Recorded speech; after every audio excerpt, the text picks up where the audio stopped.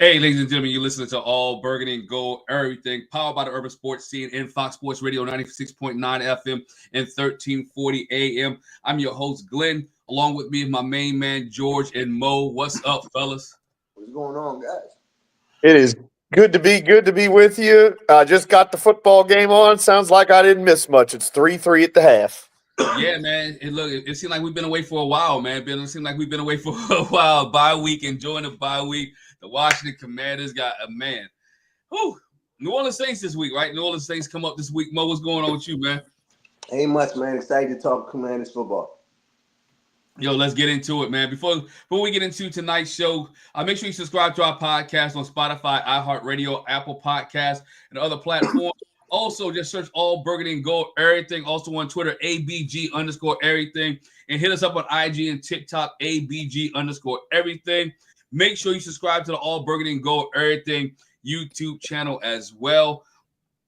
And we also streaming live on Urban Sports Scene X account. And if you really like what me and the guys are talking about tonight, man, just make sure you give us one of those super chats, whatever you want to do here. But make sure you do it here on All Burgundy and Gold. Hit All Burgundy and Gold, everything.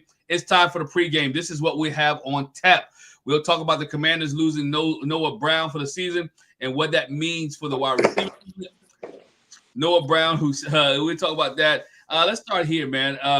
Mo, I'm going to start with you, man. WWE. I've been watching a lot of wrestling this week. The Commanders, Noah Brown will be out for the season with a significant internal injury. How big of a blow is this for the Commanders? Is it a big blow at all? I do think it's a big blow. I think there's been a lot of conversation around the separation the receivers are getting. He was starting to become a notable target, so much to the point where at a certain point in the season, people were complaining about the amount of targets that Terry McLaurin was getting. In relation to Noah Brown, he's made some big plays dating back to week 2 versus the Giants, where he caught a big big catch at the end towards the end of the game from the left hand side, coming in breaking route across the field that set him in position for that win. He's made some timely catches. He is the receiver on the back end of the Hail Mary. So he's had some impactful plays this year, and I don't think that his absence is just going to be easy to replace. He may not be a Pro Bowl level guy, but he's a valuable contributor to this team. George, your thoughts? I've found myself quite often in agreement with our fearless leader, who is normally here, Wole, and will be joining us later. Noah Brown has lived off that Hail Mary catch a little too much. He's dropped a lot of passes this year, especially in the last several weeks, especially in that 3-game losing streak. And I've been a little and I was one of those many people who was kind of frustrated with his target share. I mean, he was really good early in the season. And it was a pretty smart pickup by the front office to get him, because he was cut just because they just couldn't keep him in Houston and he had health issues. But I think the second half of his year has not been nearly as good as the first half.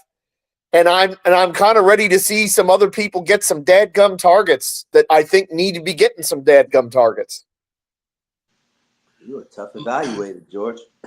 Yeah, I think Wole's has had a point on that, because he's been talking about it on this show for a while about the drops with him. Yeah, but a lot of those drops are not here. Some of those, Jaden Daniels not putting him in the right spot. And he hasn't dropped as many balls that affect the game compared to the number of balls that he's caught that has affected the game. Like, right. Don't remember, this team was begging to be a winner, and his play helped them become a winner. That's true. Right. Like, let's not act now because like the team has played good. We know we had a good side of the season and yada yada yada, that he's just easily replaceable. He came in and contributed very much to this team. He contributed very much to this team. I think Noah Brown in some situations will be missed. You have McCaffrey, you have De'Ami Brown. They brought in KJ Osborne. We'll talk about that a little bit later. He will be missed in some instances, but we all know Terry McLaurin is that guy, right? So if you put somebody else on the other side of him, like a De'Ami that can blow the top off, a De'Ami, Luke McCaffrey, who can go be a possession receiver as well. Some of these guys are going to have to step up. Luke McCaffrey is going to have to step up a little bit, right? we may see a little bit more to the tight ends, right? A little more to Zach Ertz and things of that nature. They also had a week to prepare, a week and a half, 2 weeks, depends on what they did on a bye week. To get ready for this. Without Noah Brown. So we'll see how Cliff Kingsbury's scheme works. Mo, you was correct. Both of you are correct because it is like that Janet Jackson, what have you done for me lately, right? It's like, he was good, he was good early. He was kind of bad late. And, he had okay catches, right? But he wasn't all that flash. Big body, great body down the field, right? And so looking at the other half, I think Noah Brown will be missed in some instances, blocking down the field. But as far as catch balls and stuff like that, blowing the top off, you still have those type receivers. You got De'Ami Brown. You got a KJ Osborne.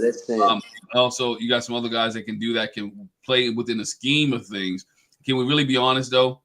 Jaden Daniels had really thrown the ball down the field in the last couple of weeks. Anyway, it's been the running game stuff been short. Hasn't been really deep bombs down the field. Don't do that, Glenn. Don't do that, Glenn. Man, yo, I can be that guy, and I will be that guy because everybody's giving Jaden some love, but guess what? He didn't really have to throw the ball deep down the field. Man, and so a lot of things have been 10, 15 yards. I don't consider 10, 15 yards deep. It been screens, things of that nature, which I'm not knocking it because it has worked for the Commanders. When you're in short and manageable situations, it works. So all right, you see, I've been telling y'all, be careful. You guys get some success, and then we forget how we got here. Look, we want to sustain success. That's what the point of this is. It's not to be one and done with this. No, it's not one and done. But Noah Brown injury, is not. It is a blow. All I'm saying is not a big blow. It's a blow without a big blow. I'll tell you this. I'll tell you this. You, George, were you were in Tampa. Glenn, I'm pretty sure you were either serving at the church or something of that nature at that point of the Hail Mary. I was outside. When I mean outside, I watched the game that day. It was celebrating my birthday, actually. And that was the outcome. It was a 4:00 game. That game ended around 7:00. When that Hail Mary was completed, this entire area went nuts. Stop mitigating this guy. This guy has made big plays. Hold on, Mo. I'm not mitigating him. What I'm saying is sometimes you can be in the right place at the right time. And as I said earlier, right? Yes. You took your wife out a month ago last Tuesday, right? She ain't living off the last Tuesday, the last time you took her out. She still wants to go out now. So we can't keep living off of the Hail Mary. Can't keep living off the Hail Mary. You know what? Because you mentioned that, let's talk about his potential replacement. The Commanders claimed former New England Patriots and Minnesota Vikings receiver KJ Osborne off waivers. Do you think that he will make an impact in the absence of Noah Brown, since now all of a sudden you guys are too good for Noah Brown? I don't want to say too good for Noah Brown, but there's two things about this that is interesting to me. Number one, the KJ Osborne basically it was a mutual. It's the old saying when somebody gets fired in certain sports, they'll say we split by mutual consent. Mm-hmm. Both parties agreed to this, and obviously Adam Peters must have had him on the list for a while because he snapped him right up, even though we're near the bottom of waivers. Snapped him right up, and it just. I think I liked Osborne when he was in Minnesota, and he had Justin Jefferson on that other side to play off of. I thought he was productive and very talented. What is interesting to me about this pickup is we hear every week from Kingsbury, oh, I like this receiver room, and I like this guy, and I like that guy, and I like our tight ends. If that's the case, then why are we picking up KJ Osborne?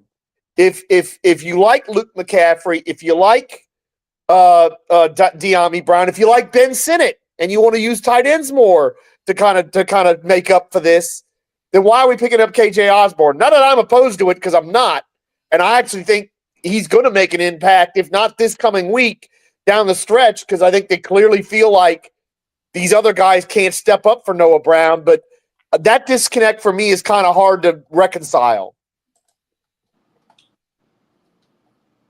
Wole, welcome. How everybody doing?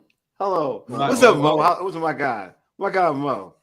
I saw the show. Yes, I saw the show last week. Oh, I I've got been you, waiting bro. for you. Don't worry. Don't keep I got you. brother. I got you. Oh, I've I been got waiting you, for you. bro. I got you, bro. I got you. Look, I I got you. agree. I'm gonna agree with Paul. KJ is a physical presence. You losing a physical presence with Noah Brown, and you got another physical presence who can go ahead and be the complimentary receiver to Terry McLaurin, right? So I think KJ will fit. Presence. How tall is Yo. KJ? How is KJ Osborne? Like, am I tripping? How tall is he? Osborne a physical presence. What? How tall is he? Am I tripping? No, How tall is he? KJ is about 6'5". No. No. I'm Googling this right now on He's my not tablet. 6'5". Not the same. The one in 5'11", Minnesota. 200 The one that was in Minnesota. Yeah, he's like 5'11", 200 pounds. Isn't he like that. 5? I thought he was short, right? Am I tripping? Hold on. He's He's 6 foot 205, bro. Like, He's yeah, 6'2". that's a nice 6 foot. Yeah. 6 foot. According to 5'11". Google, it's 5'11", 201. Yeah. Thank you. I know he's 5'11". Yeah, he's not tall. Like, he's not physical. He's a slot I was saying receiver. the same thing. He's not He's physical. a slot receiver. Hey, he will be okay.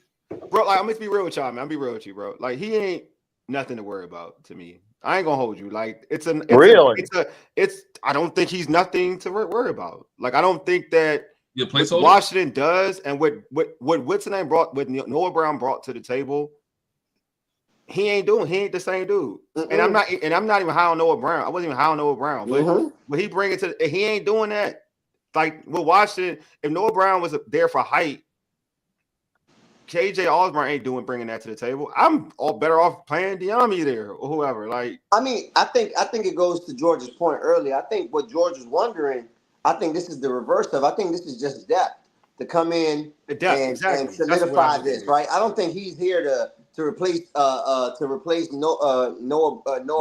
1-for-1. Like, he's not coming in to jump anybody. He's coming in to mix with everybody and give them some position versatility is what I think.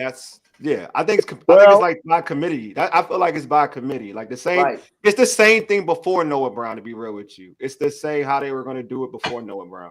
Which when I see the uptick in Diami Brown and Luke McCaffrey snaps and targets, I'll believe you. But until I see it, I gotta have my doubts, because to me there should have been more for both of them by now, and we haven't gotten here. I do think you did see. You can't expect him to come in. You saw Diami more. I think more last year. You have seen an uptick. You have seen an uptick. It used to be Olamide Zacchaeus, right? It used to be Zacchaeus that was playing a lot, right? And then he was until he started having his issues and whatnot. So, like, you know, at a certain point in the season, like especially those first 4, 5, 6 games. So, with that, like, you start to see Diami a little bit more. You start to see a little bit more probably condensed situations where McCaffrey and all of them are rotating over there. And KJ Osborne, he's truly like a slot receiver. Like, you know, like that's what he is. He's a slot receiver. He's a slot receiver. Like, so, like, I can see them putting him in the slot, doing some things with McCaffrey out there, some things with Diami out there based off what kind of routes they're going to run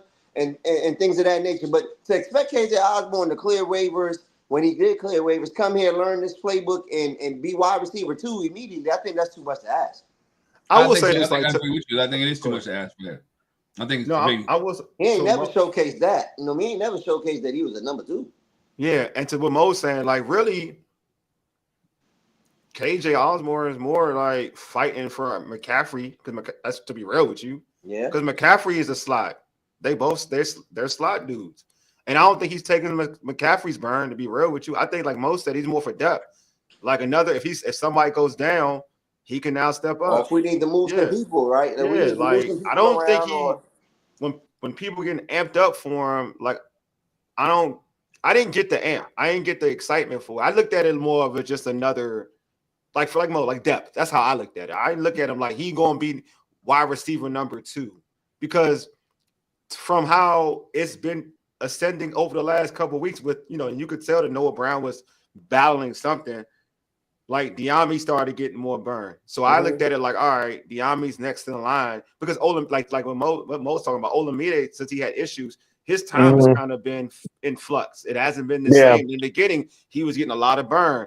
Then it was like you could see Diami climbing up. So you can kind of tell that he's kind of jumped him in terms of reps. You know what I'm saying? So the 2 people I feel like that should be featured a little bit more But this injury going down is McCaffrey and Diami, to be real with you. Because, I mean, that's the two. Everything else, you drafted McCaffrey for a reason.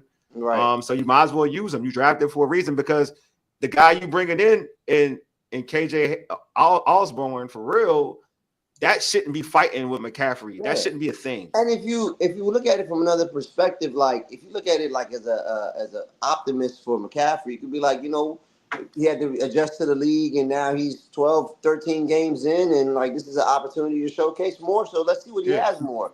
Diami's fighting for a contract. Thank you. So, I'm glad you said it, Mo. That's what I was about to say. Yeah, Diami, this is Diami's biggest stage, and this is audition. Facts. If Diami doesn't step up here, if Diami doesn't perform here, he would not be a commander next year. I don't think he'll be a commander anywhere, but yeah. But no, what I'm saying is, it's not even going to be an argument. No, it's not even going to be a conversation.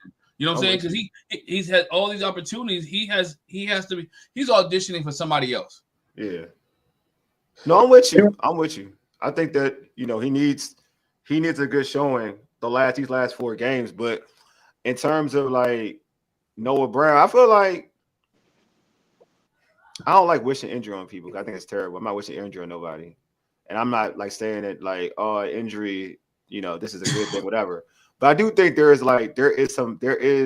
an opportunity for other individuals to step up, and it could be good for the offense as a whole.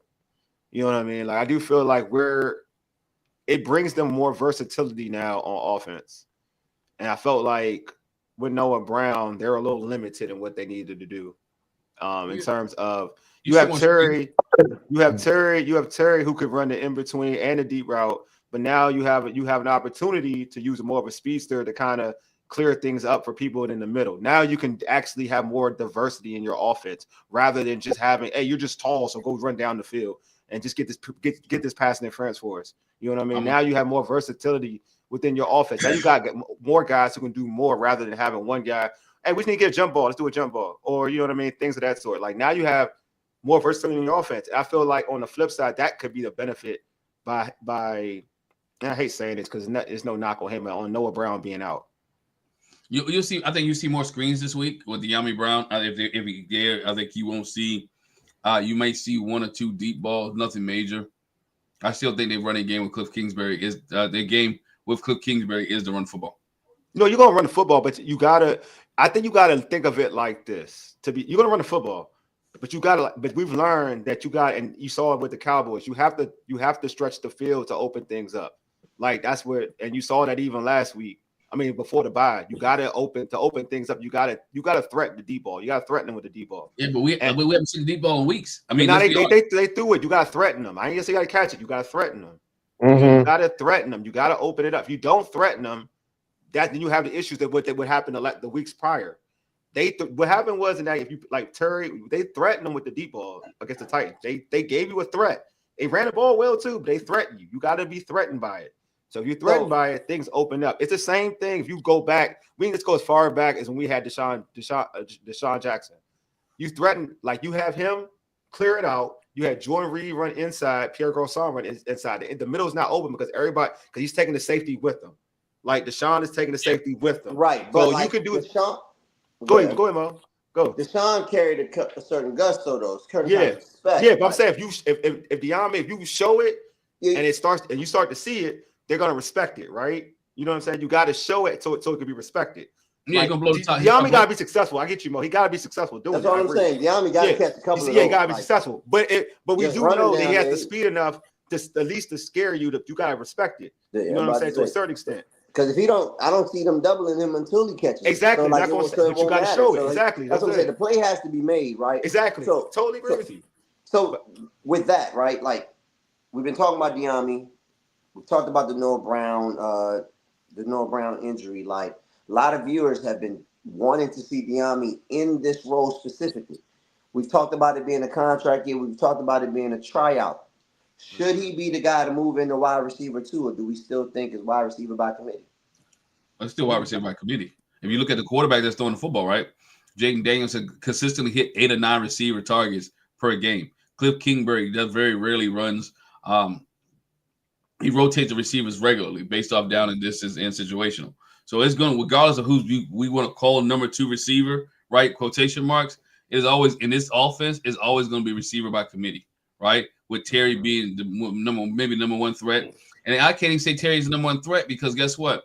In this offense, in the last few weeks, if we honest, number one threat has been a running back out of the backfield, Austin Eckler, until he got hurt, right? And then been tight ends and Terry because Terry's caught a lot of balls this year.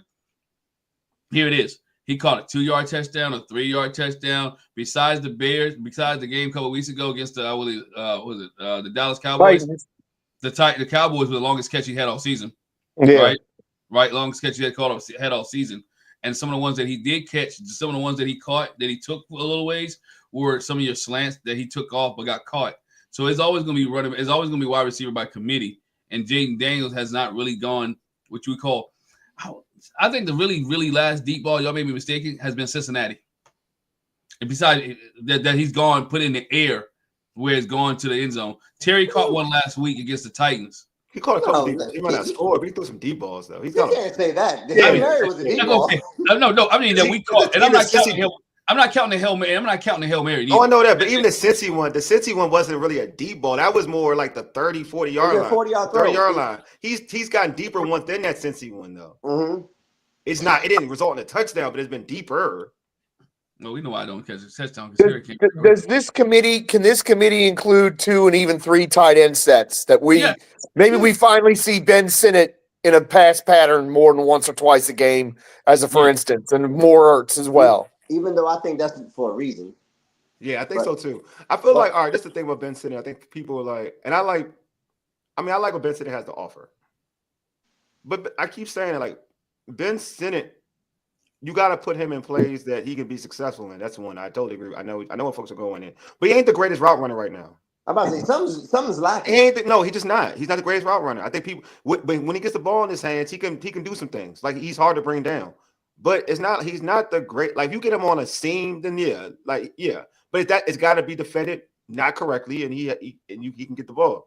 But it's not like Ben Sinnott ain't Chris Cooley. I think a lot of people thought he was going to be. Yeah, he's not Chris Cooley. Not yet. He's not been Chris Cooley yet. Is he tough like Chris Cooley? Yes. He's got toughness like Chris Cooley. But Chris Cooley coming out of Utah State was a good route runner. Mm. He was a good route runner. So he's not Chris Cooley yet. But yeah, I mean, I would like to see I would rather have Ben Sinnott out there more than Bates. Yes, I agree. Like, more than Bates. If I want Bates, if you're talking about a 2 tight end set, yeah, I'll take Sinnott and Ertz, and I'll go with that. Yes. But in terms and then go with 2 wide receivers, I'm cool with that. But I'm not gonna say to a point where Sinnott should get more burn than Zach Ertz. If you're running the ball, if you running the ball, I do, because Ben Sinnott, if you watch him, he blocks very well. Well. I'm saying, I agree. He's a great blocker. That's why I said 2 tight. Yeah, I'm with you. That's why I said 2 tight end sets. Like, if you run 2 tight end set, yeah, I'm cool with that. Yeah, he's a blocker. So again, goes back to my point earlier. If you're running the football, it doesn't matter who's out there. I think Ben Sinnott has potential. I mean, he's a rookie. I mean, what are we expecting from a rookie tight end? I'm just being honest. What are we going to expect from a rookie tight end? I mean, look at Brock Bowers. You're right. I'm about to say, hey, George, George, you took the words out of my mouth. Unless it's Brock Bowers, right? Yeah. Ben Sinnott's not Brock Bowers. You got the dude for the Detroit last year. I'm like, Sinnott just ain't them. That's what I'm just saying. There's no on Big Sinnott. He ain't Bowers them. Something different. Brock Bowers was like a top 5 player. Yeah, that's good. Like individual absolutely, players. Absolutely. But yeah, I don't think that in terms of like. Well, I mean, I ain't gonna lie. Personally, I would like to see Diami out there. Like, I've been on the Diami like train in terms of that though. Like, I've been room for Diami. Like, I think that what he brings, and not being biased for this offense, he brings something different that they don't have for the receiving core. He brings an element that's different from everybody else. Like, Terry is a speedster who run. Terry is fast enough, but Terry runs great routes. We have that already. You know what I'm saying? You need a guy who can stretch the field, like can truly stretch the field in this offense. You don't have that. You don't have that. Who have the ability to most point, like, you still got to prove it, but the ability. Let me use that term. The ability to stretch the field. You don't have anybody. You don't have any. You know what I mean? So what you say, Glen? You're right. Mo, what'd you say, Mo? His tape say he should be able to. He has the exactly. To do you know what I'm saying? You need something different. You know what I'm saying? And I'm already had enough with what. And they go, yeah. This Paul said explosion. Yeah, you need something like somebody who has that ability. I already seen enough of Olamide. Like I already seen enough. You got a Nigerian name. I love you, boy, but still, I got seen enough of you, bro. I didn't seen enough of you. I'm not gonna lie to you. I seen enough. KJ, I was seeing KJ Osborne. That's why I was like, I don't know why everybody. He's a solid football player. He's a solid football player. He had a pretty good first 2 years in Minnesota, 12 touchdowns. He had better receivers on the outside that kind of can help him out. He had 2 receivers on the outside, and they weren't worried about him. Let me be honest with you. Nobody was worried about him. He had 2 number ones. He had 2 number ones at Thielen and Diggs, and nobody was worried about him. That's why he got. But that's why he got money. You know what I mean? You see him. That's why he's on the waiver wire right now. Mm-hmm. You don't got that situation no more. Hey, all I want, and be honest, that's why Minnesota drafted Jordan Addison. There you go. That's all true. I want is a receiver that can catch football. That's all. I don't care. Receivers catch. That's all I want. Receivers to catch footballs. He got some drives too. Tight ends to catch footballs. That's all. Look, everything else doesn't even matter. Receivers catch footballs, and you can march your way down the field. I agree with what Tony said. By the way, that's T11. I agree with him on that. What's up, buddy? Appreciate you, Tony. T11. That's my call. That's my guy. We always argue now. That's my guy, though.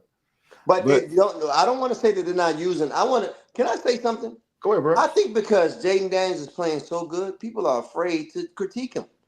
He doesn't take any risk, guys. He's not throwing the ball down the field. That's what I'm saying, Mo. I critique him all the time. Yeah, he's not like. Let's not make it seem like Jaden Daniels just wants to throw the ball around the park. Like he thinks about it, and he doesn't let it go. So those opportunities for De'Ami are few and far between. Even though De'Ami has that ability, you see what I'm saying? So it's not like.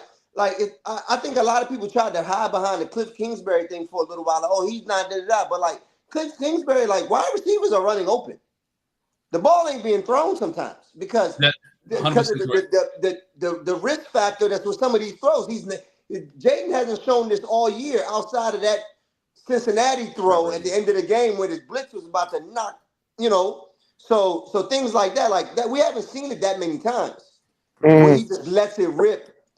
Like that's why when people were arguing about what I didn't understand how people were mad at Noah Brown when they were saying that he was eating into Terry's targets. Like it's upon Jaden Daniels to throw some of these passes because the guy over there is that good.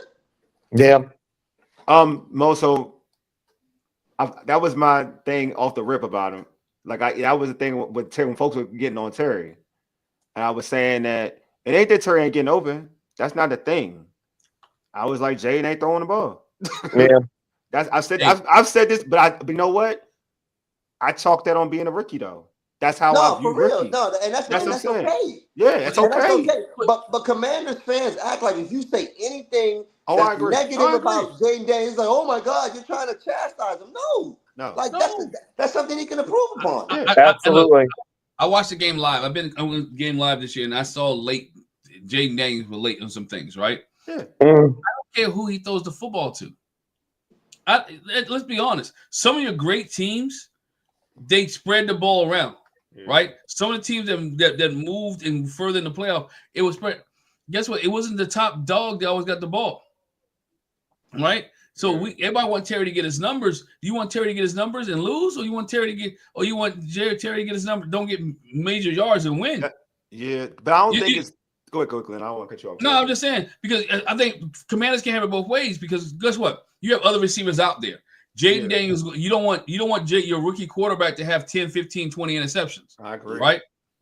You want your quarterback to have confidence and be able to have be consistent, and that's why his interception rate is down because he's comfortable with the football. He don't mind throwing the ball out of bounds. He don't mind throwing it to the running back. He doesn't mind throwing it to the tight end. If the pitcher look cloudy, he's going to get the ball to whoever he can get the ball to. And he especially loves to throw it intermediate and across the field.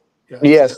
And especially to build on what Glenn said, it's not as if there's been a lot of dropped interceptions. There's been maybe 2 or 3 the whole year. He's not throwing it in danger and getting lucky.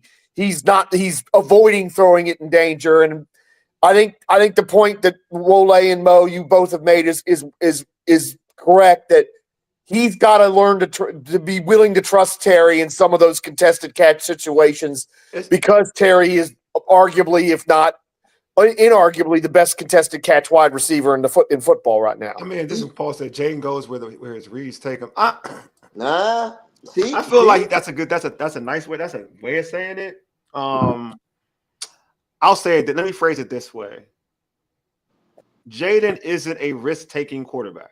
He's And not. that doesn't mean, and that's not a bad, and it's just not an insult. So people kind of take that when you say like Mo. I agree with you, Mo. People tend to any type of critique, people want to take it as negative. I said this before, and it's not a bad thing. All right, if you grow up watching Tom Brady, like early Tom Brady, younger Tom Brady, and to a certain extent, you can say a little bit like even prime Tom Brady. Tom Brady, when he was even winning Super Bowls, when he was a manager, he wasn't taking chances. He would just take the check down, or if it was open, he'd make the open throw. There's nothing wrong. When I say there's nothing wrong with it, as he's matured into his quarterback play, then you saw Tom Brady hitting like in smaller windows and making those throws. That's not a bad thing. What I'm saying is, and what Mo's saying is not a knock. No, he's not a gunslinger, and he's not going to make crazy, insane throws like rookie, Josh Allen or Brett Favre would do. He's a rookie, though. That's not he's a rookie. He's a rookie. That's the thing. He's a rookie, and that's fine. Like, it's fine not to say, you know what? If I don't see it, this is the thing. If I don't see it, I'm not going to throw it because there is a difference, like it or not. This is not there's not a mean thing on Jaden. There is college open and there is NFL open. They're here. All right. He may still be thinking this is college open. This is like, I'm cool with college open. I ain't that sure about NFL open to certain plays. I need you to get more open. And that's fine. Else is like that? Huh? You know who else is like that and is causing wide receiver turmoil right now? Who? Jalen Hurts. Yeah, exactly. Yes. Which is not a bad. Yes. Not a bad. All right, I'm giving you promise. If you watch, all right, go watch early Pat Mahomes. He was throwing wide open dudes. Mm-hmm. Are we knocking Pat Mahomes? Yeah, no, we're not. Andy Reid schemed things out for him to get wide open dudes. He even said it. He like to be real with you. I really couldn't read the defenses my rookie year like that. He said this out of his own mouth. He said he couldn't read them until like year 3. Yeah. So when we talk about he ain't making these throws, he ain't going here. It ain't a knock on him. It ain't to use the term like where his reads go. That's not. He's going where he's safe at. Like if it's not open, he ain't. If he don't got time to look back the other way, he ain't gonna go that way. And then he uses his legs when it's they not use there. His legs, which is so cool. That's what I tell fans. You can't have it both ways. Yeah. They want you to be at the height of your, and like Lamar suffers from that a little bit too. You know what I mean? Yeah. Lamar does the same thing. Like Lamar's like, all right, if what I see is not there immediately, I'm gone. I'm gonna try to extend the play. Jaden does the same, tries to extend the play, but Jaden is a rookie. The processing, the seeing it faster is not there at 100% yet. When it gets to full tilt, we're gonna see a legitimate MVP version of him. Facts. Absolutely. Facts. But it takes time. It's like it's like anything. The more you do it, the more comfortable you get. You hear shooters in the NBA say the basket gets bigger, right? When he gets in the zone. So he's one of those guys where, and you've seen the improvement throughout the season with Jaden, right? So you've seen improvement. So guess what? Let it improve. Let that bad boy. I told somebody the other day. Sometimes I like some things that's slow cooked. I don't want things done so fast that it looks good on the outside, but on the inside it ain't done.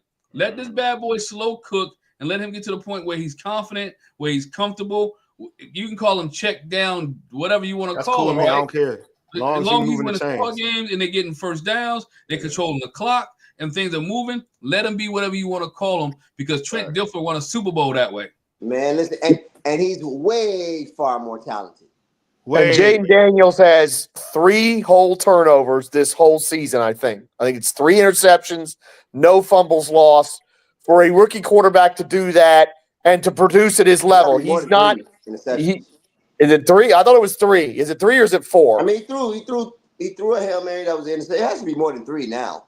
But okay, maybe it's 4. Maybe it's 4. But the thing is, he don't turn it over crazy. He doesn't turn it over crazy. He throws the ball enough that it's legitimate. That what he's doing here, this is not Mac Jones with New England, where they relied on running and defense, or to go back to the last good Washington season before this one, Alex Smith, where they like turned the ball over one time, I think, before he got hurt, and it was all running in defense again there. Jaden Daniels is producing in clutch situations for us, and is still not putting the ball in danger to the degree that pretty much every other rookie quarterback has. It's really impressive what he's doing, and it's like Glenn says, All this other stuff is going to come with time. It's going to slow down for him, and when it slows down for him, it might blow all our minds. And then the talent around him is going to get better and all that. Yes.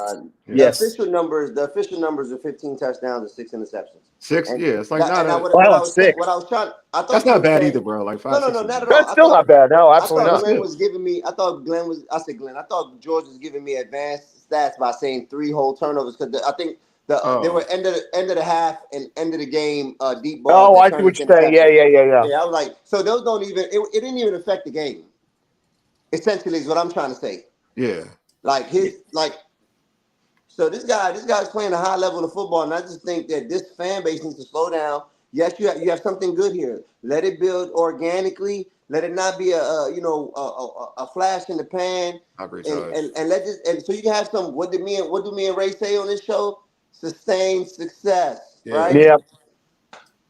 No, I'm cool with that. I'm a realist with it. That's why I'm not. It don't bother me that he don't take risks. It don't, because I'll be sitting back. I'll be like, I'd rather you, if you don't see it as a rookie, if you don't see it, don't throw it. If you don't don't throw it. If you got to believe it, you got to believe you're going to make that play for you to make that play. If you don't believe in it, don't do it. And if God gave you running ability, if you feel like you could run and get out of harm's way, get like 40. I only need you to take it. I don't need to get 30 yards running. Run for 4 yards. You're moving the chains. Now it's second and short or 2nd and 5. Now it's 3rd and 2. You know what I mean? I'm cool with that. Like, that doesn't bother me because year 1 is going to be different from year 2. Year 2 now, you're going to see this coverage. You'll be like, okay, I can make this throw. You know what I mean? Year 3 is going to be like, no, I've seen this already. Like, I'm used to this now. You know what I mean? Like, so it's cool with me. It's a natural progression. Like, I think everybody wants things microwave. That's my problem. Exactly. Like, everybody wants, like, we was already about to end the world. We're going to end Bryce Young's career. And look at him now. Now we're saying, oh, maybe he's a starting quarterback. Like, wide receivers dropping game-winning touchdowns. Exactly. But you know what I'm saying? Like, that's the point. Now we're like, lying, mister. Like, look at, we can go as far back as Geno Smith. He's done. Like, he's a bum. Blah. Now from being like a non-NFL starting quarterback, he's a starting quarterback who he was a bust. Everybody was calling him a bust, even though he was a second-round pick. Leading the league in yard and passing. Second-round pick. A second-round pick. A second-round pick. And now he's in first place. But Geno didn't. But remember, he didn't write back. They wrote him off. He didn't write back. Geno Smith. That's what I'm saying. Well, you know they wrote him off. Just it wasn't tough because he got beat up. Let's be honest. But I'm just saying they were ready to get rid of him before that, though. I'm gonna keep you the buck. They were trying to get rid of him before that. So it's just saying, like, everybody, you want to already, close the book on somebody or say this is it. Like, this is the end result of somebody. It's cool. Like, people get better. He'll get better, and that's fine. Like, I'm cool with it. Like, so, like, to Mo's point, when you talk about him, like, when people always say that this person ain't getting open or this person, they're not taking shots, they're not taking advantage of somebody. I agree with Mo. I've seen games where people are wide open and the read ain't going. He don't see it, or he didn't catch it on time. I don't know, for whatever reason. I'm not gonna act like I'm Jaden Daniels. I don't know what it is, but he ain't making that play, and that's fine. He's young. It's cool. You know what I mean? That's whatever. But in terms of the topic, yeah, I just feel like there's an opportunity for some wide receiver to get money. Like, I don't feel like it's the end all be all though. Losing Noah Brown. I know a lot of people, because of the Hail Mary, like, they feel good. It's Noah Brown, the Hail Mary. Oh wow, he was the guy that kind of gave us a good positive vibe of the season with that Hail Mary. But I don't think it's the biggest loss in the world. No, I'm gonna be real. Neither, but that's I don't really think it's a big loss.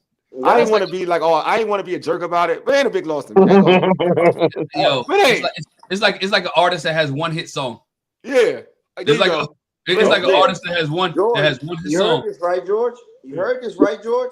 Yeah. Yes, I heard it. I'm going to say it again, Wole. Be careful. I've been saying it all year long. Be careful. I don't care. I don't want to hear next. Now I know what I wanted to say. I ain't gonna lie. I don't want to hear next week. Wide receivers weren't open. People weren't catching the ball. Yeah, look. I don't want to hear that next week. Like, first off, I'm gonna say this. Somebody referenced me and said, like, I said something about John Allen. Y'all do know I've been a champion of John Allen. Like, for Johnny Newsom, like, everybody Newton, that y'all folks was trying to say that Johnny Newton was better than John Allen. I was like, nah, y'all gotta pump y'all brakes. Folks do know I was the one who said that. Me, this person here. Whoa. I got record. I'm the biggest John Allen supporter on here. No, I'm pretty big too. Like look, we got tape. I've been telling you for 2 years that 94 been stealing money. You talking 94, but I heard somebody mention John Allen. That 93 was the best. I own mine. I was the one that said Jonathan, but they're not gonna miss Jonathan Allen. Yeah, and so I know I'm the one guilty. who always comes out. I'm and say, guilty like, nah. over here I know too. y'all too. I know y'all too. I know where I'm at with John Allen. I always defend. Let me correct. I always defend Payne. This is a fact. But I defend John Allen too. I defend both Alabama boys. I'm always be like, I'm first. I was like, everybody who said that John Allen wasn't needed and Newton is, could stop this run. I was like, look at the run now. So I need people to retract their statement. I'm the one who's been saying that. I was the one that said that. I'm not gonna retract my statement because guess what? I ain't saying you, Glenn. I know Glenn. I ain't come for you, Glenn. I'm talking about my argument on here. I'm talking about my argument on here. I'll argue with Glenn. Shoot. I've been telling y'all that John Allen was the most consistent out of the two in the Alabama wall. I've been telling y'all that Newton should have started the year on the PUP so he could have been fully healthy. So he had that one play that everybody went crazy about. Then he jumped off sides to cause the game, and the middle of the defense has been non-existent. It's been the Red Sea. Non-existent. They haven't been able to stop the run all year, which I've been talking about. I was called a hater super early because they were winning and yada yada. Lake came on here and said y'all would punch y'all a ticket to Detroit and all of that. I told y'all be careful because there was holes in That's okay, bro. It's okay. You had like a 2-game winning streak about you being right. It's okay. I had like a 4-game winning streak. No, you didn't have 4 games. We didn't lose like 4 games in a row. You had like a 2-game. You didn't lose 4 games in a row. You should have lost the Chicago game. But they didn't lose. But they didn't lose you, so you can't use that as an argument. They didn't play well. What I was speaking on it came to reality. They didn't play well. The Cowboys game was a bad loss. That's fair. The Eagles, they lost the Eagles. That's a tough team. The Steelers, another tough team. I'm gonna tell you. All right, look, bro. Look. It's because you're waiting. Like I need you. It's okay. Don't worry about it. You keep like. Look, all right. Which you said they're gonna go 3-1, right? But you were kind of aiming for 2-2. I heard you. I wasn't kind of aiming for anything. You were John like saying 2-2. I kind of got. I said that. I said don't sleep on Kirk is what I said. That's when I said that Kirk was the second one. I was like, Kirk. We don't know what Kirk will get. You might get Michael Penix, dog, by that time. Michael Penix ain't playing this year. You may get Michael Penix. Michael Penix ain't playing this year. It's a lot of heat on Kirk right now. Not gonna be honest. Kirk will be fine, guys. Rightfully so. Kirk my man Paul got a question, every single year. So how will the defense look with 23? So I'm gonna let Mo talk about this, bro. How will defense look with 23, bro? I mean, the defense should, if he's healthy, it should look better. I'm just telling people. He's had a history of injuries because the last 2 seasons he hasn't finished. Now he's missed a big chunk of this year. Yeah. Like just don't assume that he's going to come back and be Marshawn Lattimore of old, especially this week and early because he has to get in the rhythm of playing football. And he didn't even play prior to getting traded to the Commanders. So I don't know what I'm going to see with Marshawn Lattimore. I'm hoping that I know that if he's on the field. Yeah. If he's on the field, he's a premium upgrade. That's no denying that based off of who they have. And even in his diminished self, because of the injuries the past 2 years, he's still pretty good. So I'm gonna go on some when you talk about you so diminished because I was just on a Saints podcast. I asked that particular question because when you said it because I ain't gonna I don't watch Saints games. So I ain't gonna lie to you. So I ain't gonna lie to folks. I don't watch Lattimore often. I don't be watching Lattimore. I don't. I'm a Michigan fan too. Why am I gonna look for an Ohio State dude? That makes no sense. So. I asked them like, Lattimore, like, is he declined? Like when he's on the field, has he declined? And they were like, no, he hasn't. They say he hasn't. He's still the same dude. He's just not on the field. That's what they say. He's just on the field. He says he's always had problems with quick, twitchy dudes. That's just a thing. That's normal. That's nothing. And that's why he plays Mike Evans so well. Yeah. But he says he played like he did well against CeeDee Lamb this year already. And beginning to see they talked about like the players he checked already this year when he was on the field. It's like he's still one of the best corners on their period in the league. It's just him getting on the field.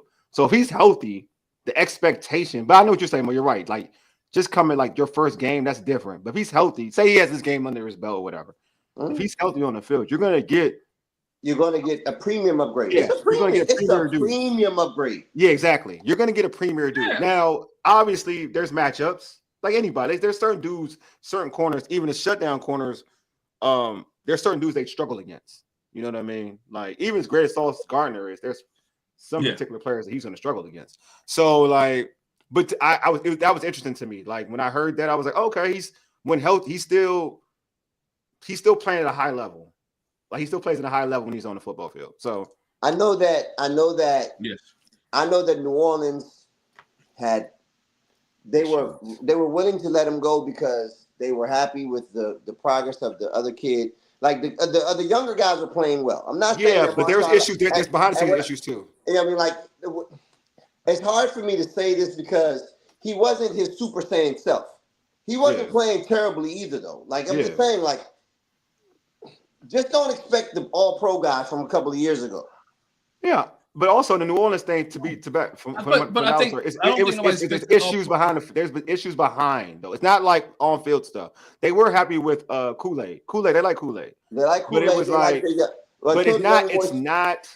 It's more behind the scenes than on football field. Put it that way. From what I was told.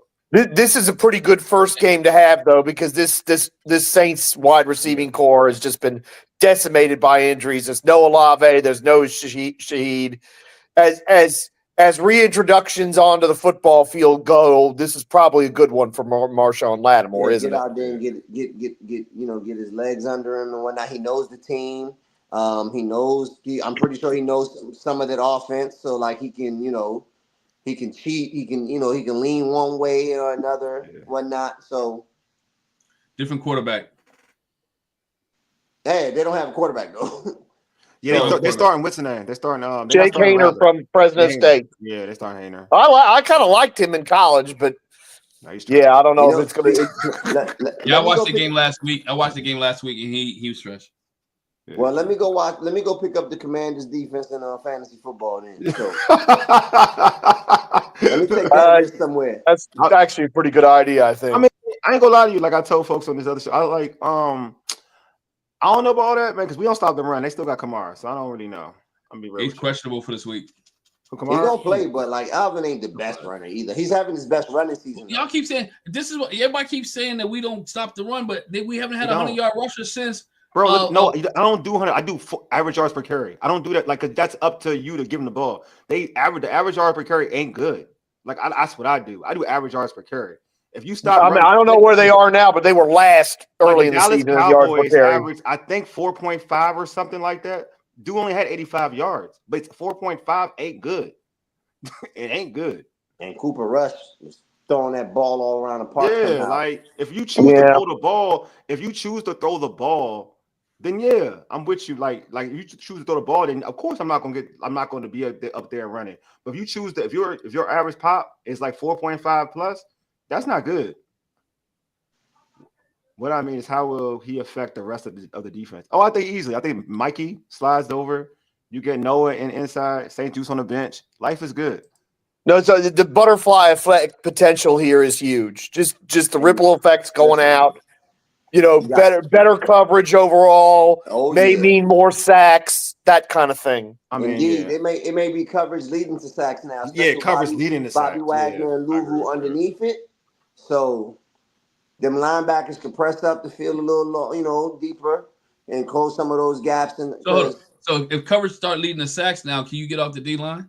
I'm not getting off of the No, coverage don't lead to like that's not a real pass rush. I'm not getting off my pedestal about 94. You can't be on pace for your worst season ever and making $22.5 million. I'm sorry. Worst season. He's got like three and a half sacks, right? He has 3 sacks. He averages about 4 sacks a year. Exactly. Like he needs another 4 games. He averages he only had the one. He had the one outlier. He had that one outlier year that got him paid. That's the year that he robbed y'all. Look, man. Look, I'm just saying, you make his lowest shit. That's about his average. But what happened? He get a 3-sack game. What you gonna say, dog? If he get a 3-sack game, if he get a 3-sack game, that's the you best. Have Ryan Kerrigan. You maybe 2-3 sack games. He pull a Ryan Kerrigan. That's the best game I would have ever seen him play. All I'm saying. Look, man, he gonna get a 3-sack game, bro. Mo come back here He's like in year robbing 5, y'all. year 6. By the way, to Wole's point about the rushing, 4.8 yards per carry they allow. That's in the bottom 6 of the NFL. Thank you. They're horrible run defense. I'm sorry. So Kamar, if they choose if a team chooses to run the football consistently, they don't get worked. That's the problem. If you choose to like go half on a run, then yeah, you're not gonna give 100 yards, but you dictate in the game if you're averaging 4.6 yards a carry. Because now you're second and short, third and short all the time. But how many rushing touchdowns do they give up? Huh? How many rushing touchdowns they give up? I don't look at just the yard per carry. You can't give up. Rushing attempts aren't giving up. The rushing attempts are a choice by the offense. They choose to run the football or not. I know you guys look at the yard per carry, right? But sometimes I can look at yard per carry, right? As a defensive lineman, as a defensive line guy and a coach, right? And we're giving up 4 or 5 yards, but guess what? They end up with field goals. We break it, stop it. I know. Can they be better? Yes, they can be better. The D line definitely can be better. Johnny, are they doing what they're supposed to be doing? No. Can they be better? Yes, right. But we know what we have. All I'm saying is we know what we have. I'm saying it's not a good defense. I'm just saying it's still not a defense. No, it's not a good defense. We know what we have. Oh, I'm not knocking it. I'm just saying they don't stop the run. Like that's what I'm saying. They don't stop the run. That's like not saying we know. They don't stop the run. Like you saw when Saquon took over in the fourth. Well, that's what it was. He does it on everybody. All right, sorry. When the Dallas Cowboys were able, who don't run the football good at all, when they're able to run the football, that means you're bad.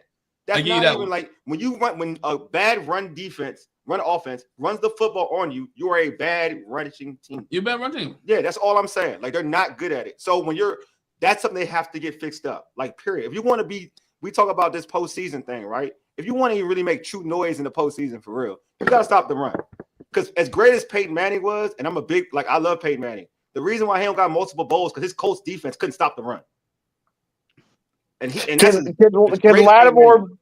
Lattimore be a help there because Joe Witt can have more people in the box, force more in terms of it's possible, because it feels like part of our problem with our run defense is we've been so worried about this terrible secondary that we have that Joe Witt has been trying everything he can to help them. And when you do, and you got to make a compromise somewhere, don't you? Yeah, I would say that's possible. That's a possibility. But tackling is an issue too, bro. Sometimes some dudes tackling. Sometimes. Well, yeah, the tackling's been terrible. Yeah, so I do think that it's going to help a little bit. You know what I'm saying? Paul said a lot of light boxes. You know what I'm saying? Like, yeah, I think tackling help a little bit. Yeah. What did T them say? I'm sorry. T them said we've been bad so long. Y'all think that an oft injured DB going to change the efficiency of our defense? It's fair. It's going to help, though. I mean, it can't. Look, we're going to go from having Benjamin St. Juste covering the number one guy to Marshawn Lattimore covering the number one guy. That's got to help some. Man, CT. I'm gonna tell you. I understand where T Liv's coming from, and he's got a point, but sometimes you got to upgrade. It can't cure everything, but it's a big help. Well, T, my guy, it's an upgrade, man. Like this is what probably people want to have a problem is, and I'm gonna use the analogy. It is an upgrade. When you were watching a standard box TV, and your mama brought the flat screen in. It was an upgrade, right? Then you went from the HD. Guess what? We're just gonna see a different picture, right? I'm not gonna see 5 PIs a game. They could be called PIs. Lattimore's not going to give me a PI. St. Juste will get me PI. Very true. Right? Right? Good point. St. Juste ain't going to be in the right spot. So guess what? It is an upgrade. He may not be. It's like Bobby Wagner. Everybody say, Bobby Wagner was old. Guess what? It was an upgrade from what we had last year. Yeah. Oh, it is. Definitely. I like what Deluxe said, man, about injury, man. Well, Saquon was playing on that terrible turf in New York. No, but he was right, though. He was off the injured, too, though. I like this point, though. He was injured a lot. Yeah, he had to get out. He had to get out of that damn Meadowlands to stop that. I agree with you, Deluxe, man. I'm with you, bro. Saquon didn't miss near the time that he missed. Yeah, I know. You saw him. Stop doing that. Saquon was hurt 1 year with an ACL. Yeah, that's true. And he hurt his ankle for like 3 games 1 year. Like he was hurt. He was injured. Like he didn't miss that much time though. Like, I mean, And what's Saquon was Dudley on some terrible teams too. How much time does Lattimore miss? He's missed like 3 weeks every once. I was listening to folks. He missed the entire second half of 2 seasons ago and last year, and now he's missed like 6 games. I was gonna say he's missed 5 or 6 because he was out the 2 weeks before the trade, right? He ain't missed no more than McCaffrey in San Francisco. What you mean? He's talking about he has missed a lot of games in his career. In his career, yes, in his career. That's fair. But he's also been the best player in the league in his career. What are we talking about? He's just talking about. But I mean, Lattimore hasn't been one of the best cornerbacks in his career. I don't care. Look, right? I told you the show we said earlier. It's one of the best, right? For me lately, Mo. He's been one of the best, though. You do for me now. You're one of the best. That's good, though, right? That's fair. That's what I'm saying. If he comes out there and get an interception and then wins the game and then he gets hurt and blow a hammy, I could care less. He got an interception, right? Nah, you got to care a lot. No, I don't want all that, bro. I'm not quite there. You go a little bit too hard. I'm going hard. I'm gonna tell you why I'm going hard because I'm gonna tell you why I'm going hard because y'all gotta look at it this way. The team said when they drafted him, they didn't expect him to play this year anyway. No, I'm cool about we're not drafting when they traded for him. When they traded for him, they didn't expect for him to play this 1 year anyway. I know you're going with it, Glen, but I need to do the playoffs. I need to do the playoffs, dog. I don't need to be out for the year. Glen, if he play one good game and then he gone, Glen, the situation doesn't change, Glen, if he play one good game and he out. I know, man, Glen. He just do right back to square one. You see what I'm talking about, bro? Wole, you see what I'm talking about? Your Commanders fans are their own worst enemies. They do not want sustained success, bro. You want sustained success. You want success, but at the same time, if the guy's not healthy, and I said this last week, if he ain't 100% healthy, don't play him. If he's 100% healthy, you're going to play him. And guess what? Injuries happen. But guess what? You can't judge the man off his past injury saying he's in. It happens. No, injuries happen. Injuries happens. Like when the injuries happen, I ain't knocking that. I'm just saying I need my man to be. I need my man to play. No, hold on. Here's the question. No, everybody. Here's the question. Do you really need him for the playoffs? Huh? Yeah. Yes. 100%. What are we doing here? I do not. In the playoffs, bro. I do not want to see St. Juiced on DK Metcalf in Seattle. Forget as that. A for instance. No, forget that. Justin Jefferson. Exactly. What we doing here? Justin Jefferson. Hold on. Ross St. Brown. Everybody on Green Bay. The Green Bay whole wide receiver core, bro. That's assuming that Minnesota gets past the first round. Like, come on. I mean, it's not fair, but I mean, in the first round, you gonna see somebody. Brown potentially somebody. Yes. Like, come on, man. No, yes. So hold on. So you still got other receivers. Look, Lattimore is good. I don't want to see St. Juice neither, right? But if this team makes it, this team has been able to sustain it without Lattimore. That's all I'm saying. This team has been able to win football games. Tim was like, we need to play playoffs. Yeah. There you go. But this team has gone against number 1 receivers and they won games without Lattimore. Y'all say AJ Brown, right? Yeah, AJ Brown wouldn't fill it off your plate. The Washington Commanders, St. Juice was on AJ Brown. How many yards AJ Brown get? Mikey was on him a lot too. So let's be real to it. That's a valid point. Playoff football is way different from regular season football. The intensity is different. If you played against AJ Brown in the postseason, it's different than AJ Brown in the regular season. And we know what St. Juice is. Let's not no. Listen, it's St. Juice. No. Glen I don't want to know. Hey, Wole, Glen know he's tripping. I know. He trying to give up. He trying to stay on business. He ain't trying to give up. He just being stubborn. Like, you can't fight no St. Juice in the postseason. We all wrestling fans. Somebody got to be the heel. Somebody got to be the heel. Somebody got to be the heel. Glen, this is the potential in the playoffs. We don't know about Seattle or the Rams, right? They're both playing like each one of them can make it to the playoffs, right? So if it's Seattle, you got to go against DK Metcalf and JSN. If it's the Rams, you got to go against Puka Nacua and Cooper Kupp.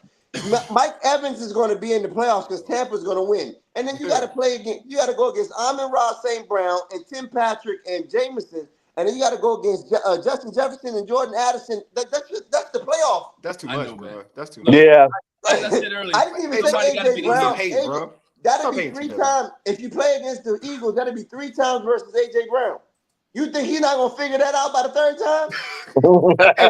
and you know, and the real talk, you do know Mike Davis played more than St. Juice that game, right? I know. Yeah. I'm about to say, like, St. Juice really wasn't checking nobody. If you go back, he had like a couple series, and that was it. As I said a few minutes ago, somebody got to be the heel. You can't have a left hand. You gotta have a Bobby Heenan, a Pat McAfee. You gotta have somebody on the opposite side that don't agree with everything everybody says. Paul, Todd's like Glen's out there sounding like the delusional evil heel, evil villain. Excuse me, evil. Hey, gotta be the heel sometimes. Hey man, Glen, you had me rolling. I ain't gonna lie. You was like playoff. I was like, you said taking St. Juice to the playoffs. What are we doing here? We did like 4 weeks of saying like this dude cannot be here anymore. Glen forgot. Glen forgot. Herm Edwards once said, "You play to win the game." we had St. Just and Wegmans a couple weeks. Yeah, we had him working at Wegmans. All of a sudden, my man Glen said he wanted the postseason. It's crazy. It's crazy. Oh my God, you had me rolling with that one. I was like, I'm sorry, dude. I was about to start crying. I knew this show was gonna be great. I know, bro. Oh my God, my bad. All right, so real quick, so how does this? I'm gonna ask before we gotta get ready to close the show. How does this affect McLaurin though? With Brown being out, does it affect McLaurin for real? No. I'm gonna start with you, Mo. Does it affect him? No, no. I think this might be where we see the turn in Jaden starting to try to force a little bit over there and give him opportunities. Or like you stated so many times on the show, Diami's speed, maybe that helps open up some other things underneath if there's some consistency there. So Terry just got to continue doing what he's doing.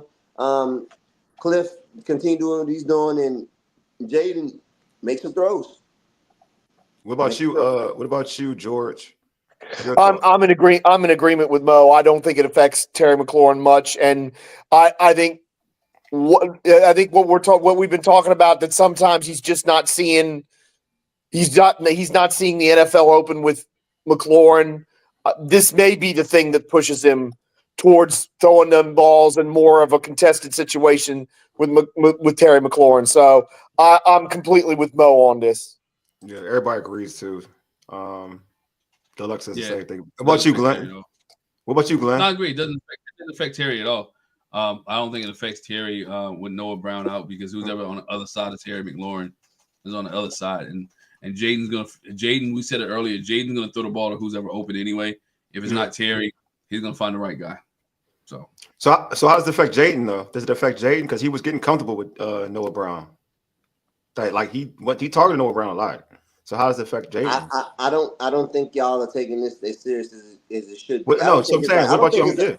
You didn't lose the world beater, don't get me wrong, but he was solid. He was solid, and he was doing what solid players do. Solid players have some of those drops. Solid players do make some of those plays, but he's made some hellified plays, man. He's made some hellified plays this year, man. He had that big, I'm a Giants fan. He had that big catch against the Giants to set up the game falling down on the base. Yeah, inside, and took it across the field and whatnot. That was a big play at a crucial time. They would have been 0-2. They would have went 0-2 right there. That's a whole different kind of conversation. You saw him beginning of the year. Okay, I got you. He's made some crucial first downs. He's had the Hail Mary, and don't get me wrong, the last 3 weeks during the losing streak, is reared his ugly head. He's looked like a jag or just another guy at some moments. But 3 weeks ago, they were just complaining about his target share compared to Terry. So I don't think it should be taken lightly. I also don't think it's the end of the world. But he served his purpose. What about George? How you feel like it may affect Jaden? Because again, I mentioned Jaden targeted him a lot. Well, again, my hope is that we'll see more for Diami and for Luke, and that Jaden will see them, and if they're open, he'll get them the ball. That's my hope. Can Diami get open as frequent? Can Diami run some of those other routes effectively? We don't know this about Diami. He was so to answer that, I thought he was looking good when he gets the opportunity. He's gotten open, he dropped one too, so he dropped a couple too. I'm not gonna he dropped a couple. Yeah. So I'm not gonna be that person who just ignore. I may be rooting for somebody. I might go ignore it. He's dropped a couple. You know what I'm saying? So I do like that Cliff uses him more versatile. He's more versatile. He's used differently than the prior regime. Like Cliff lets Diami do more within the route tree compared to what Eric Bieniemy was doing. So I do like that. You know what I mean? And he does utilize Diami's ability, like obviously screen game. So he uses him in the screen game, uses him on slants. You know what I mean? Some comebacks, so and things of that sort. So I do like in routes. So I do like that Cliff uses Diami a little bit more compared to what Bieniemy was doing. But I think it's an opportunity just to showcase what you can do. You know what I mean? If you ain't gonna do it like George said, and everybody here said pretty much, if you ain't gonna do it now, it ain't gonna ever happen. So this is my thing. Like, so I do think that Dion. I mean, and if you looked at and I saw it in training camp and preseason, which was kind of weird that they went a different route outside to get Noah Brown. I thought Jaden had real good chemistry with Diami, like really good chemistry with Diami, to a point where they traded, Jahan. I was like, okay, well, yeah, he likes Diami a lot because it was like the way if you look at camp and even preseason games, some of the scrimmages scrimmages against like the Dolphins and the Jets, like Diami was making big plays because Jaden had really good rapport with Jaden. Diami had very good rapport with Jaden. Paul, he did, very good rapport with him. So I was surprised they even went the Noah Brown route, but obviously it was something that was seen within their own practice, within their own team, like Mo said about Senate, right? Like there's obviously something within, that building that they like compared to others. So that's my thing. Like, but I do think that with Jaden, it's going to be interesting. It's an unknown, right? Because again, I think when you're comfortable throwing to somebody, that is a thing. Like there is a change. So that's something too that we should pay attention to see, all right, he obviously believed in Noah Brown. Like, I don't care what people say the reads go here. Yeah, the read may go there, but you still trust them enough to throw him that football. And when quarterback throws you the football, that means they trust you. They ain't gonna throw it to you if you're a bum. And we can't forget he's a big target. Yeah, that goes hand in hand with Jaden liking to throw him the football because he's a safer throw. As long as like balls are not bouncing off his hands and into defenders, like he's catching the ball, he's using his body, he's shielding the ball from defenders. He's 6'2", 225. That's a bigger target. Yeah. A bigger target. Yeah, James said I predict the team play some high level football to the end of the season. Damn right, James Evans. Noah is a loss. He played all wide receiver positions, blocked well down the field, drew penalties. He did draw a lot of penalties. I think Luka Diami will replace him by committee. I mean, I'm not the biggest Noah person, but he did go to Ohio State, so I'm a hater. Glenn, your thoughts, bro? Like, do you feel like this is going to impact Jaden? No, not really, man. Because I said he goes by a wide receiver by committee anyway. So he's going to throw the ball around, and that's what Cliff Kingsbury wants him to do. You'll see more Zach Ertz. You'll see we have mentioned his name in all the day. We'll see a Chris Rodriguez coming out of the backfield. We'll see those guys getting the football more. So I think when you see that, it's not going to affect him at all because he's going to do what he does: get the receivers and get the playmakers football and let them make plays. Yeah, Deluxe has a question. What did Deluxe say? Do you think Ertz takes up some of the slack too? I think so. Yes. Yeah, I think so. I agree with that. I think Ertz will take some of the slack. What do you think, Mo? I mean, he's already getting a lot of catches, right? Yeah, but people already complaining about his targets and how many opportunities he gets or like when he doesn't make a certain play. So I know they be hating like crazy. Yeah, it should only uptick a little bit from there because he's a veteran, he's experienced, even more of a safety net now because he's everybody else is around the same size and he's the biggest body. I mean, he already was the biggest body on the field in the receiving options, but like now more than ever, he's the biggest body. Yeah, I think he's gonna get more chances. I mean, he's played well over the last stretch of games. People just be hating on my man Zach Ertz because he's been playing well over the last stretch of games. I think people just are. He's playing like an over 35-year-old. Yeah, but he's making plays though too. Though, if you look at the last 3 games, he's had a touchdown. Yeah, last 3-4 plays has a touchdown, and they took the touchdown away from him. That was a touchdown because they said his hand was underneath the ground a couple of weeks ago. So, but he's played well. Like he's played well. Like I just think that people, I'm gonna keep it a bean. I think a lot of people just want to see Ben Sinnott so much that they're willing to say anything about Zach Ertz. I think that's true. Yeah, Zach Ertz is doing his thing. You know what I mean? So I mean, here we're at Deluxe. Before we end the season, I said this offense is going to spread the ball. How many targets, catches are we talking for Noah per game, 5 to 7. Yeah, he had a lot of targets last game. He's had some targeted games, bro. He had targets that you think he was the number 1 wide receiver. I don't know. I think he spread out, so I think you'll probably get him. I mean, if, I ain't gonna lie to you. If it's split between Luke McCaffrey and Diami, I'm cool with that. I ain't gonna lie. I just don't need Olamide really getting any real work out of this. You don't want to go back I'm over him. I'm over him. I ain't gonna lie to y'all. I just don't need to. I just don't need it. Like, next man, believe in the brotherhood. Remember, yeah, that brotherhood thing is starting to like get old to me. But yeah, believe in your brotherhood, man. I'm like, all right, it's a cool saying. I mean, I feel like in all sports there's a brotherhood. I guess that's the thing. I feel like that should be a thing. It should be brotherhood when you're playing with somebody. If it's not, then you're in a bad team. Period. But I just don't think a brotherhood thing is like special. Like, oh, it's a brotherhood. That's the theme. I'm like, yeah, it should be brotherhood. That's you're a team. It should be brotherhood. Like, I don't know. That thing's getting kind of old to me. But hey, don't call me a hater. Just that's my thought process. All right, y'all, man. Appreciate y'all for tuning in, man. This has been dope. We gonna, you know what I'm saying? As y'all know, we'll be doing our pregame show on Sunday, 1 p.m. It's what the game's at 1, right? It's 1 p.m. The game's at 1 p.m. 1 p.m. Then we'll have our post game right after that. So it should be like roughly around 4:15, 4:30. Well, I'm saying like 4:15. Hopefully, you know, Washington runs the football a lot. Then the game goes up kind of fast because the Saints have a horrible run defense. So hopefully they kind of speed this game through. You know, and Glen can say on the pregame, keys to it. Got to run the football. That's my man, Glen. Right. That's right. When you run the football, you win games. Yeah, that's the foundation of everything. Oh man, Glen, gotta run the football, man. Gotta run the football. Deluxe said 56 targets in 11 games. Luke and Diami have to place 5 targets a game. I'm just cool. There you go. I can see that. Taj, Noah will be missed in the run game. Yeah, that's the one thing I will say. He has been a good run blocker. But Diami can run block too. Y'all in peep game. He can run block. That's why they like his physicality, his willingness to run.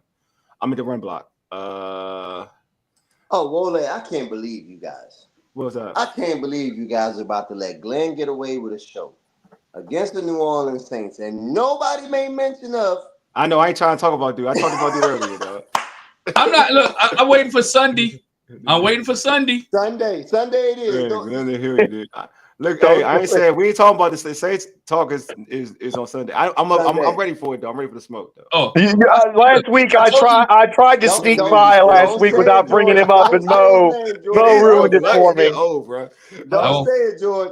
I won't bring him up. I tried to sneak by last week. You wouldn't let me do it. I heard it. Like I felt there was shots being thrown at me, like on the low. I'm gonna just say this about the person that we're not gonna name. I was like, y'all throwing shots on the low. But it's cool though. I'm gonna say this about the person that we ain't gonna name yet. Just go back and look at the last 2 minutes of that game and see what he did. Yeah, I know. I saw what he did. Okay.